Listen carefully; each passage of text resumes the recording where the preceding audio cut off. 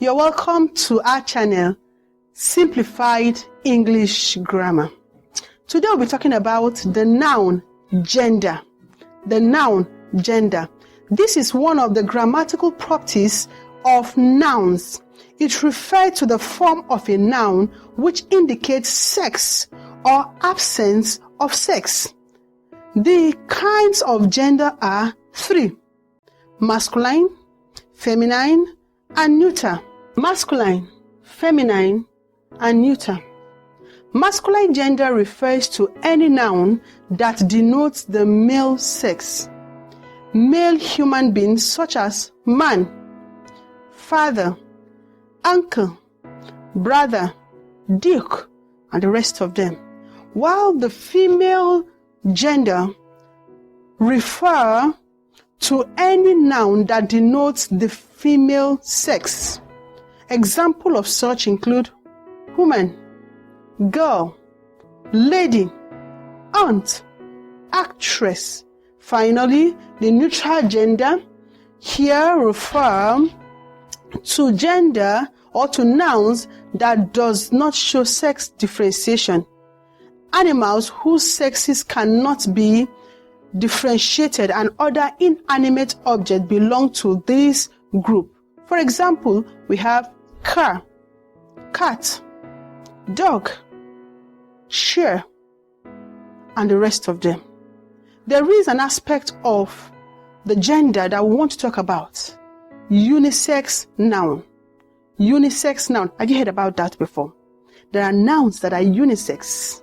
Unisex. Unisex. Now, there are nouns that are unisex. What are they? These are nouns that can be used for male and female human being. For example, child, for both female and male. Children, both female and male. Cousins, both female and male. Teacher, both female and male. Doctor, dancers, even enemies, male and female. Traders, president, friend. These nouns are grouped under unisex noun. Next, we'll be talking about the morphological production of feminine gender from masculine gender. Let's take some examples on these nouns. Here are some of the examples.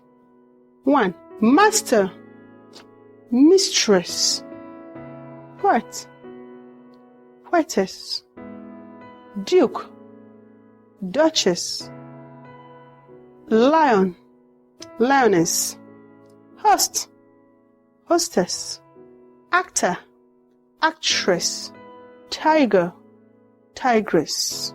Thank you for viewing with us.